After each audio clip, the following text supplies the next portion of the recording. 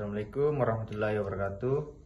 Kami dari kelompok 11 atas nama Adrian Susanto dengan NIM 105841124924. Dan saya Alwan Farasa dengan NIM 105841122824. Di sini kami akan menjelaskan hasil presentasi kami. Langsung saja saya akan mempresentasikan makalah yang kami buat. Makalah konsep teknologi informasi yang berjudul Skala Maturity dari Framework COVID yang disusun Adrian Susanto dengan NIM 105841124924 dan teman saya yaitu Alwan Farasa dengan NIM 105841122824.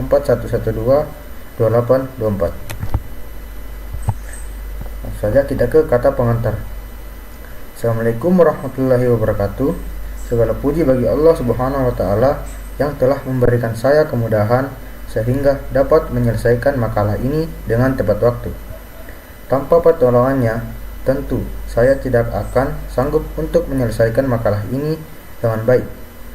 Salawat serta salam semoga terlimpah curahkan kepada baginda tercinta kita, yaitu Nabi Muhammad SAW, yang kita nantikan syafaatnya di akhirat nanti. Saya mengucapkan syukur kepada Allah Subhanahu wa Ta'ala atas limpahan nikmat sehatnya, bagi itu berupa sehat fisik maupun akal pikiran, sehingga saya mampu untuk menyelesaikan pembuatan makalah sebagai tugas kelompok dari mata kuliah konsep teknologi informasi dengan judul Skala Maturity dari Framework COVID. Saya tentu menyadari bahwa makalah ini masih jauh dari kata sempurna dan masih banyak terdapat kesalahan serta kekurangan di dalamnya. Untuk itu, saya mengharapkan kritik serta saran dari pembaca untuk makalah ini, supaya makalah ini nantinya dapat menjadi makalah yang lebih baik lagi. Kemudian, apabila terdapat banyak kesalahan pada makalah ini, saya mohon maaf yang sebesar-besarnya. Kemudian kita ke tampilan daftar isi. Di bab 1 yaitu ada pendahuluan. Dan bagian 1.1 latar belakang, 1.2 yaitu rumusan masalah, 1.3 yaitu tujuan penulisan. Kemudian bab 2 yaitu tinjauan teori. Bagian 2.1 yaitu pengertian COVID, 2.2 yaitu skala maturity. Di bab 3 yaitu pembahasan. Di bagian 3.1 tingkatan skala maturity COVID. Di bagian 3.2 manfaat skala maturity COVID. Kemudian bab 4 yaitu kesimpulan dan saran. Di bagian 4.1 yaitu kesimpulan dan 4.2 yaitu saran. Yang terakhir yaitu daftar pustaka. Langsung saja kita ke bab 1 yaitu pendahuluan. Di bagian 1.1 yaitu latar belakang. Di era digital sekarang, organisasi tidak hanya diminta untuk menggunakan teknologi informasi, tetapi juga mengelolanya secara terstruktur dan terukur. Framework COVID atau Control Objective for Information and Related Technology yang dikembangkan oleh ISACA hadir sebagai panduan untuk mengelola teknologi informasi secara efektif.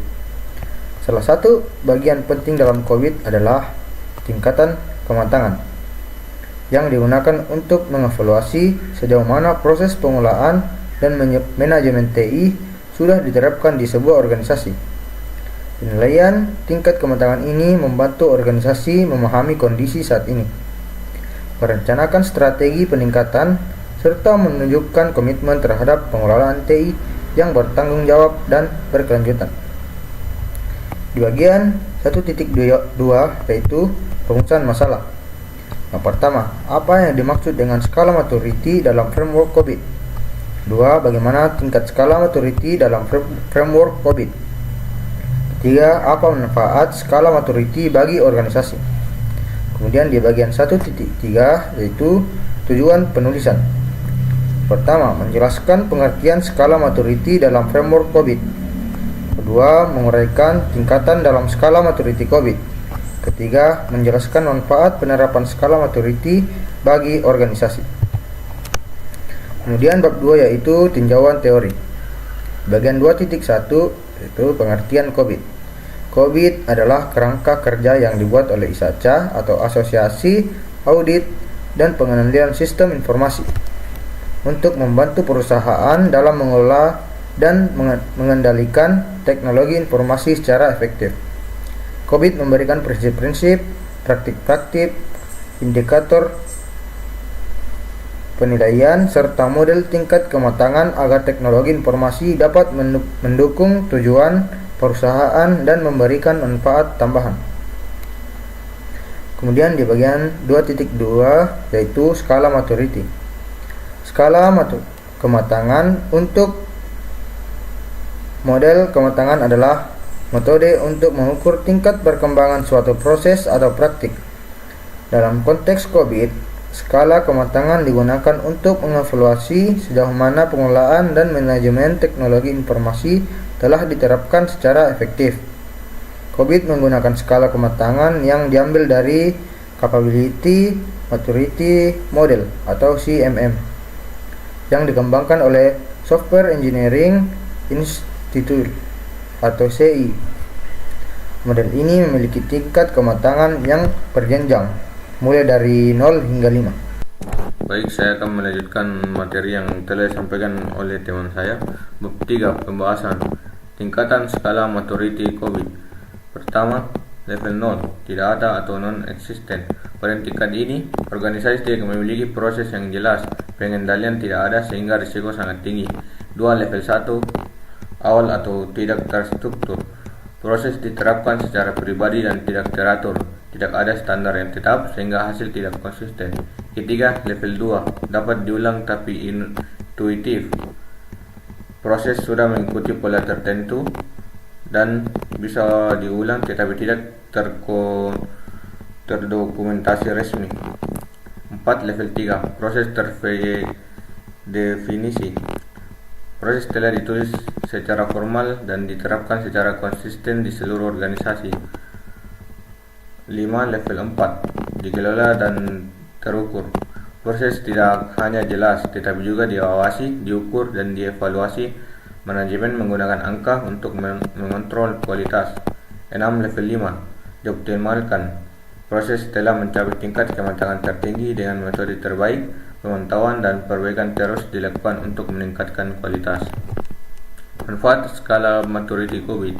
Pertama, dengan adanya skala kematangan.